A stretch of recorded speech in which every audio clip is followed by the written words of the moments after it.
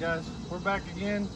Last week we were talking about this car, 79 Trans Am, but this week we're gonna do a little something different. We're gonna talk about another project of mine that I have that we're still working on. It's a 1950 Chevrolet 3100, and we're gonna come over here and look at it. It's painted a vermilion red. It's a Ford color, but hey, you know what? It fits the truck, so I went with it. But basically, it's a 1950 3100 Chevrolet.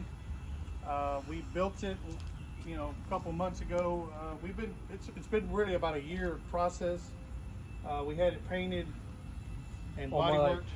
Like 3 years. Yeah, well, it's a 3-year project, but the last year is when we really started building. We haven't really built it until about a year ago is when we started it. And we had it, painted and body worked. We put it back together, and we were trying to get it ready for Lone Star Throwdown, but we had a little incident, and I want you guys to look at this. We're basically going to load it on a trailer and trailer it to Lone Star the night before, and we had to load it in reverse because the front end's too low. The winch cable was going to catch the bumper, so going down the road, the left door opens up on it all the way, and it creased the body here, the cab, and of course it took out the paint. Now we have door fitting issues, so now I got to find somebody that's going to fix that for me, and I need somebody that's going to do it right, because the time and effort has been put in this thing. It's got to be right. So basically, as you can see, we were going full speed ahead. This happens.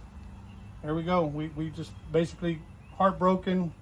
3 months later, now it just sits. I'm just gonna go ahead and get the body work done on it and start up on it again. The only thing basically we lack doing is running the harness for the cab, for the chassis. We need to run the harness for the motor.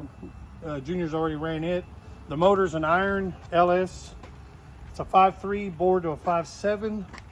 He had it in his 78 C10. But he took it out because he put a 4.8 turbo engine in it. So this one was put up. We needed to find a home for it, and then we decided to put it in here. So that's basically he knows the specs on it as far as what it can, and I guess, what's the specs on it, G?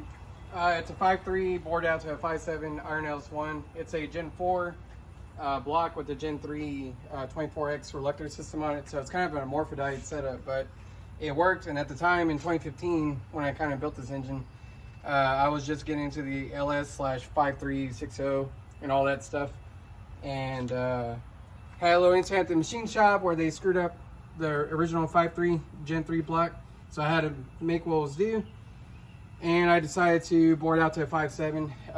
It still has the Gen 3 rods, but for this application we're not turboing it, we're not doing anything crazy with it, so that's fine. It's got the 5.7 flat top pistons from a LS1, so the compression should be 11.5, somewhere around there. It's got a Texas Speed 224 cam, so it's their 224R cam in it. It's got pack 1218 springs, the normal 5.3 cam package in it. Stock heads. It's got the Holley fuel rails on it. It's got the Holley sniper intake on it. I know it's not good for power, but it looks good. And like I said, for this engine, for this application, it's not going to be a drag truck necessarily, so it is it's fine for what it is.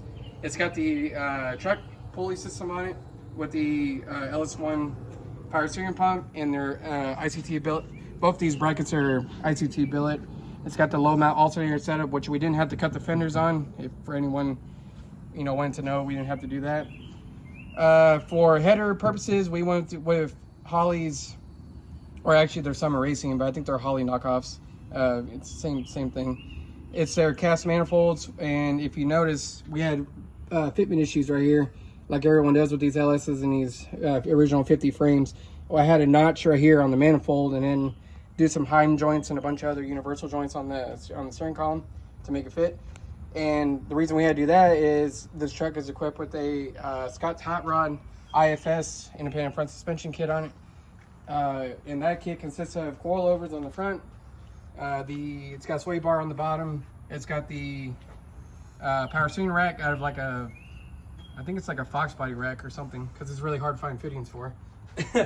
But if you can tell over here, we had to get ICT billet fittings for all that as well. The cooling package will be a Restomod radiator, as you can tell by the top right there. And it's gonna have a Restomod fan, electric fan on this one as well. But it's not in there because we haven't ran the engine yet. So, What about the rear end, Gibber? the rear end is a 4.9 inch.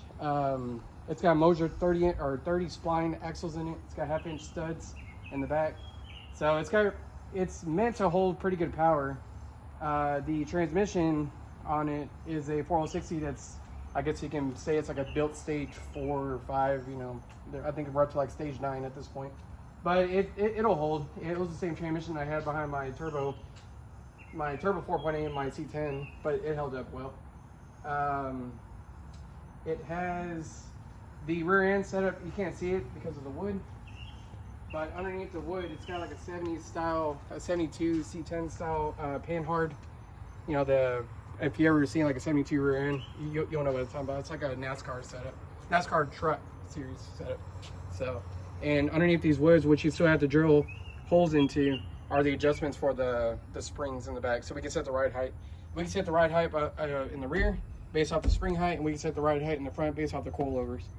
So, yeah. As far as the audio system goes, this truck's gonna have a total of 17 speakers. It's gonna have 310 subwoofers, 4 6x9s. It's got 2 6.5s. It's gonna have 4 tweeters and 2 mid-ranges. So it ought to crank out some volume. It should be loud. It should be clear, and you know we gotta have some music to be able to go along with to make it look nice. and if you look in here to a little more detail on the interior for the stereo system, it's gonna be ran off this. Do you know what brand that is? Yeah, it's Retro Sound. It's called Retro Sound. It's got a Bluetooth, but it looks amazing in here because it still retains the factory look. Yeah. And it's going to have, you know, all the stereo system, like... I did a column. Yep, it's got the... I did a column, which goes out to the bottom, and I had to make sure, or, you know, make all that fit. We got the billet steering wheel. Billet steering wheel. We have all the... Of course, we're going to make door panels, but custom ones for this. We don't want to just put in the stock, paper door cards. We're going to fill all this in as well. But more important... I guess the more important thing is to get it running first. That's our main wiring thing. it. Yeah, so. and then we're going to decide on the tire and wheels. Yep. We definitely want to put billets on there, whether they're baby billets or 17s or something. But I want the widest we can go on the back, and I want to put some runners on the front to give it the hot rod look. And they have to be billets. You know, the shinier the better, and the more chrome the better for me, because you know it's an old school truck. And I'm an old school guy, so. Ideally, we will want billet specialties, kind of like the one on the Trans Am over there. I think they call those, I don't know what they call those. I think they're called like drag, well, they're not drag stars, but they're billets. We can't really fit too big of a tire because we're still on the factory bed. We didn't decide to do a tub on this one. Looking back at it, we probably should have, but for time constraints, which ended up not really being a thing because of the door incident. That kind of didn't work in our favor. We did mock up a 15x10 wheel with a -4-inch backspace, and we were sitting right flush with the fender well. So we're thinking we can run that setup with a 295 size tire in the back, and then up front, like he said, we're gonna do probably a whatever 17x7 or 15x7 or what, you know, what one of those sizes skinny up front. So yeah, we put the updated struts instead of the springs. Yep. What company was it? That was one out of LS Fabs. LS Fab. There's a lot of LS Fab parts. Yeah, on there's this a lot. We got the LS Fab cup holders. Yep. In there, you can see that LS Fab. Really nice. Yeah, and we have the electric conversion wipers. Yep. Which you can see the little.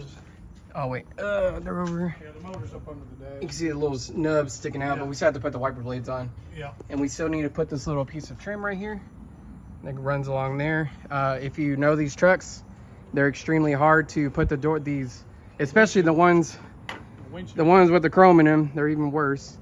But and then the back, we have to put the chrome lace in the back as well.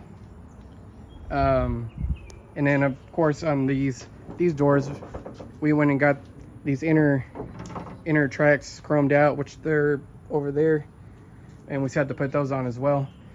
There's a lot of little finishing, yeah, there's a lot of finishing touches on it, but whenever this happened, we kind of just lost interest in it for now.